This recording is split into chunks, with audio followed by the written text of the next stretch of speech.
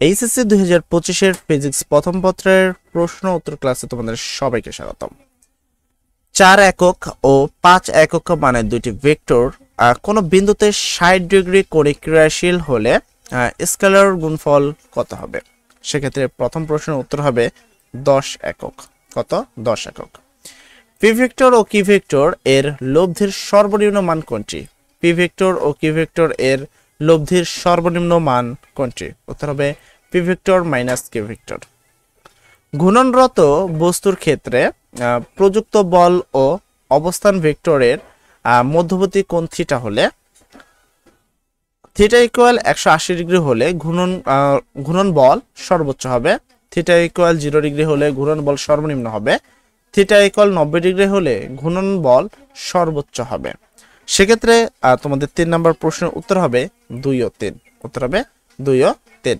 অর্থাৎ থিটার মান 0 ডিগ্রি হলে বল সর্বনিম্ন হবে, থিটার মান 90 ডিগ্রি হলে বল সর্বোচ্চ হবে।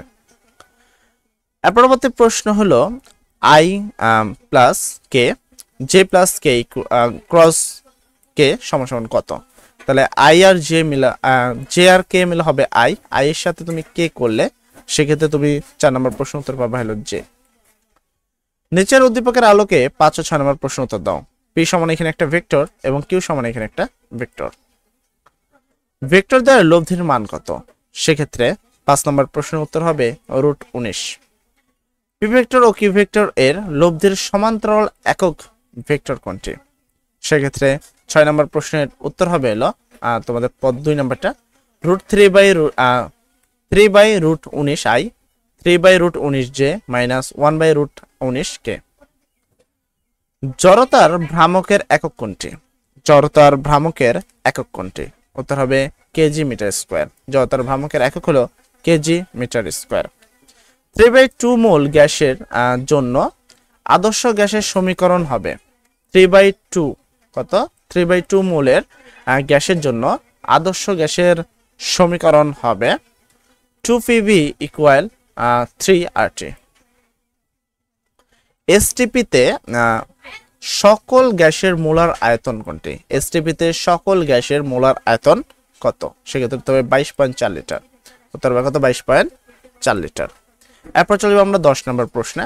তো এখানে 10 নম্বর প্রশ্নের জন্য ছোট্ট একটি উদ্দীপক রয়েছে যেটা পড়তে হবে তোমাকে। চিত্রে বলের ভ্রামক ল্যামডা হলে নিচের কোনটি এখানে দেখতে পাচ্ছ। তো সেক্ষেত্রে 10 নম্বর প্রশ্নের উত্তর হবে হলো টর্ক ইকুয়াল ডিএফ। নিচের উদ্দীপকটি পড়ো এবং 11 ও 12 নং প্রশ্নের উত্তর দাও। তো এখানে দেখতে পাচ্ছ চিত্রে সরু ও সুষম দণ্ডের ভর এম এবং দৈর্ঘ্য এল। দণ্ডটির ডিএক্স অংশের ভর কোনটি?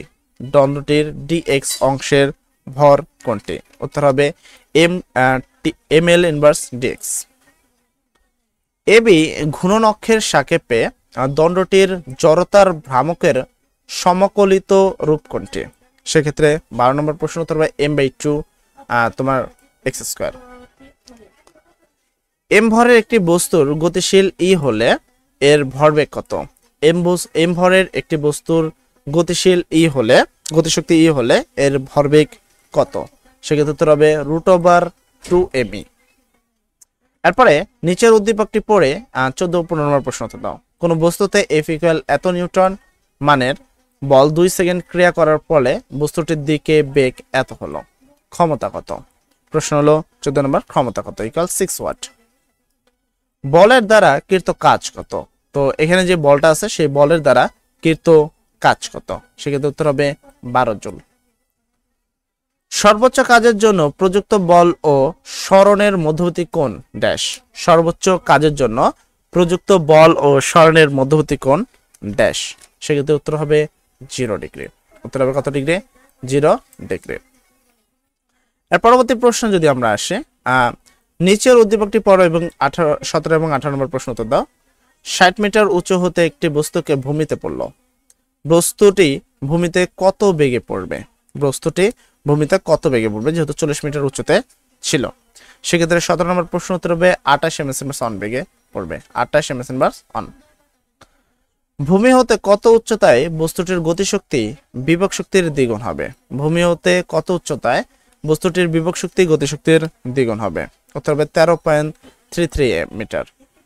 দুটি স্পন্দনরত কণার সরণ যথাক্রমে x ইকুয়াল a cos তোমার গামা ওমেগা টি এবং x equal a sin omega T হলে এদের মধ্যকার দশা পার্থক্য কত? সেক্ষেত্রে এদের দশা পার্থক্য হবে হলো π/2।